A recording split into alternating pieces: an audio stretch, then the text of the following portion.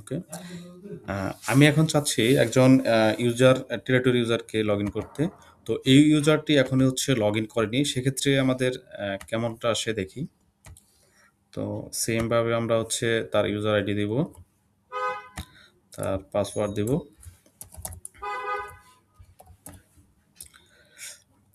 দিয়ে হচ্ছে লগইন করব।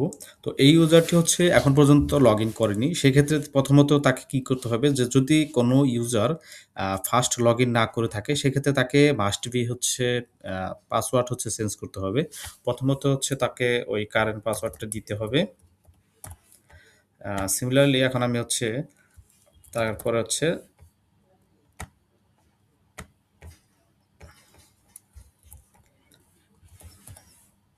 নিউ একটা পাসওয়ার্ড দিতে হবে। দিয়ে হচ্ছে আপডেট করতে হবে। সেক্ষেত্রে অটোমেটিক লগ আউট করে নিবে। সেক্ষেত্রে আবার হচ্ছে আপনাকে ওই ইউজার নেম দিতে হবে। তারপর আবার পাসওয়ার্ড দিবেন। অটোমেটিক সে আপনাকে ড্যাশবোর্ডে নিয়ে যাবে এখন। এটা সাধারণত হবে তখন যখন হচ্ছে কোনো ইউজার ১ম লগইন করবে। অর্থাৎ 2nd বার যখন সে লগইন করবে সেক্ষেত্রে কিন্তু অটোমেটিক তাকে ড্যাশবোর্ডে নিয়ে যাবে।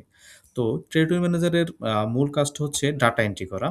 তো এইখানে এসে দেখেন, এখানে আপনি হচ্ছে মান্থলি ওয়াইজ হচ্ছে ডাটা এন্ট্রি করতে পারবেন। তো এখানে যেমন আমি জানুয়ারি মাস সিলেক্ট বাই ডিফল্ট হচ্ছে কারেন্ট মান্থ ইয়ার সিলেক্ট থাকবে। এরপর হচ্ছে উনার হচ্ছে যে টেরিটরিগুলো ম্যাপিং থাকবে অ্যাকচুয়ালি সেই টেরিটরিগুলোই দেখাবে। যেমন হচ্ছে এখানে তাকে হচ্ছে এই টেরিটরি ম্যানেজারের অর্থাৎ আ এই টেরিটরি ম্যানেজারের উনার রিপোর্টিং বস হচ্ছে উনি এবং উনি হচ্ছে কখন লগইন করছে A to Z সে দেখতে পাবে। সেকেন্ডত হচ্ছে এখান থেকে সে ইচ্ছে করলে পাসওয়ার্ডও তার ইউজার নেম পাসওয়ার্ডও চেঞ্জ এইখান থেকে তার পাসওয়ার্ডও চেঞ্জ করতে পারবে। যে টেরিটরি ম্যানেজার বা এইটার ক্ষেত্রে সবার ক্ষেত্রেই অর্থাৎ তার প্রোফাইলে আসলে প্রত্যেকটা ইউজারের তার প্রোফাইলে আসলে এডিট প্রোফাইলে ক্লিক করলে তার ওল্ড পাসওয়ার্ড এবং নিউ পাসওয়ার্ড দিয়ে সে যেকোনো সময় পাসওয়ার্ড চেঞ্জ করতে পারবে। সেকেন্ডত হচ্ছে তাকে ডাটা এন্ট্রিটা দেখাচ্ছি। তো কারেন্ট মান্থ সে বাই ডিফল্ট সিলেক্ট থাকবে। আপনি চাইলে হচ্ছে আগের মান্থেও ডাটা সিলেক্ট করতে পারেন। এরপর হচ্ছে আপনি ডাটা টেরিটরি সিলেক্ট করবেন। এরপর হচ্ছে আমাদের রিটেলার গুলো চলে আসবে।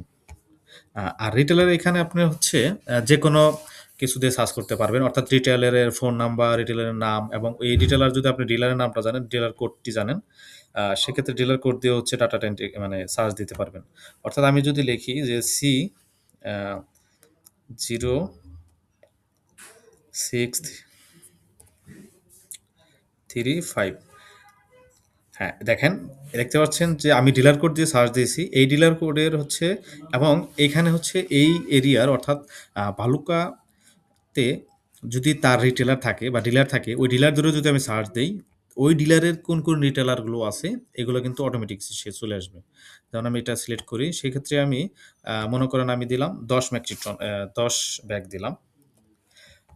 দিয়ে আমি হচ্ছে আপডেট দিচ্ছি।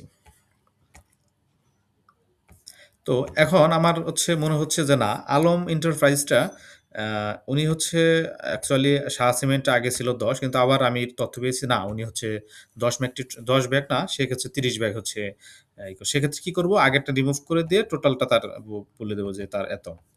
এখন এইখানে হচ্ছে আরেকটা মজার বিষয় হচ্ছে আপনি এখানে ব্যাগ এবং হচ্ছে ম্যাগনেট্রন যেকোনো ওয়েতে হচ্ছে ডাটা নিতে পারবেন। আমি যদি ম্যাগনেট্রন দেই সেক্ষেত্রে দেখেন অটোমেটিক সে কনভার্ট হয়ে গেছে। আমি যদি এখন লিখি 1 দিয়ে যদি সেভ দেই অর্থাৎ শাহ সিমেন্টে 1 দিলাম ম্যাগনেট্রন।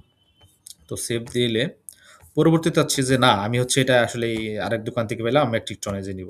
কোনো সমস্যা নেই। সে এইখান থেকে যে ম্যাগনেট্রনটা ব্যাগে ছিল অটোমেটিক কনভার্ট হয়ে যাবে। তখন আমি মনে করেন এখানে আবার হচ্ছে ৩০ ব্যাগ দিলাম। দিয়ে আপডেট করে দেব। অর্থাৎ সবসময় হচ্ছে আমার লেটেস্ট ডাটাটা দেওয়ার চেষ্টা করব। অর্থাৎ আমার যদি এমন হয় যে আলম এন্টারপ্রাইজে আমি ১ম এ শাহ সিমেন্টে ১০ মেট্রিক টন দিয়েছি। পরবর্তীতে না অ্যাকচুয়ালি সে আরো ১০ মেট্রিক টন বিক্রি করছে বা ১০ ব্যাগ বিক্রি করছে। সেক্ষেত্রে আমি হচ্ছে এটা রিমুভ করে জাস্ট হচ্ছে লেটেস্ট ডাটাটা দিয়ে আপডেট করে দিব।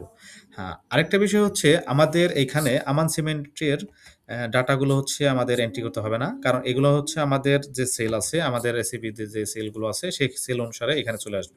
তো অনেক সময় হয় যে আমরা একটা ডিলারের আন্ডারে হচ্ছে একটা রিটেলার ডা এ সেল হয় মানে প্রোডাক্ট দিয়ে থাকে কিন্তু ওই ডিলার হচ্ছে আবার আরেকটা রিটেলারকে আরেকটা রিটেলকে দেয়। সেক্ষেত্রে তার ডাটাটা হয়তোবা আপনি ওইভাবে পাবেন না। কিন্তু আমাদের হচ্ছে আমাদের আমান সিমেন্টের টোটাল ডাটাটা আপনারা এখান থেকে দেখতে পাবেন। অর্থাৎ আমাদের আমান সিমেন্টের কোনো ডাটা এন্ট্রি করতে হবে না। জাস্ট হচ্ছে আদার্স আ কোম্পানির ডাটা এন্ট্রি গুলো। এবং হচ্ছে আপনি কি এন্ট্রি করলেন সেক্ষেত্রে আপনার লিস্ট এই দেখেন এখানে বা আইকন আছে, লিস্ট আইকন আছে অথবা এখানে আসলে মার্কেট শেয়ার যেকোনো একটাতে ক্লিক করলে আপনি যে ডাটা এন্ট্রি দিয়েছেন, আপনার ডাটা এন্ট্রি ডাটাটা অটোমেটিক চলে আসছে যে আপনি যে ডাটা এন্ট্রি দিয়েছেন। আচ্ছা ধন্যবাদ সবাই।